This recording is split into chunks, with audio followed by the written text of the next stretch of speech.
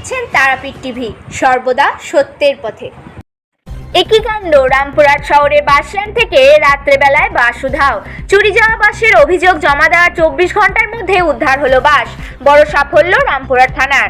গত 6 আগস্ট রাত্রে রামপুরহাটের জনবহুল এলাকার বাসস্ট্যান্ড থেকে চুরি যায় বাসটি। পরের দিন অভিযোগ পেয়ে তদন্তে নামে রামপুরহাট থানার পুলিশ। গ্রেপ্তার করা হয় রামপুরহাট পৌরসভার ব্রাহ্মণী গ্রাম 8 নম্বর ওয়ার্ডের বাসিন্দা অর্জুন প্রামাণিককে। তাকে জেরা করে ঝাড়খণ্ড সীমানা লাগোয়া বরপাহাড়ির গভীর জঙ্গল থেকে উদ্ধার হয় বাসটি।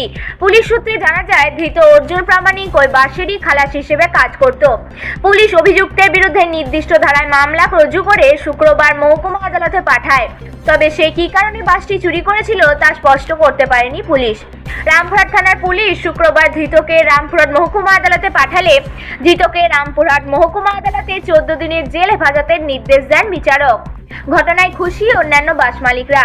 যেভাবে পুলিশ তৎপরতার সঙ্গে বাসটি উদ্ধার করলো তা নিয়ে প্রশংসা করেছে তারা।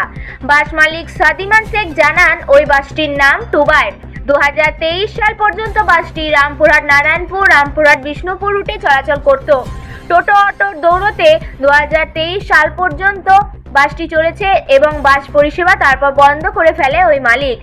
সেই সময় অভিযুক্ত অর্জুন তার বাসে খালাসি হিসেবে কিছুদিন কাজ করেছিল, কিন্তু হঠাৎ বাস স্ট্যান্ড চত্বর থেকে কেন সে বাসটি চুরি করলো তা বোঝা যায়নি। Bureau report, Tarapith TV.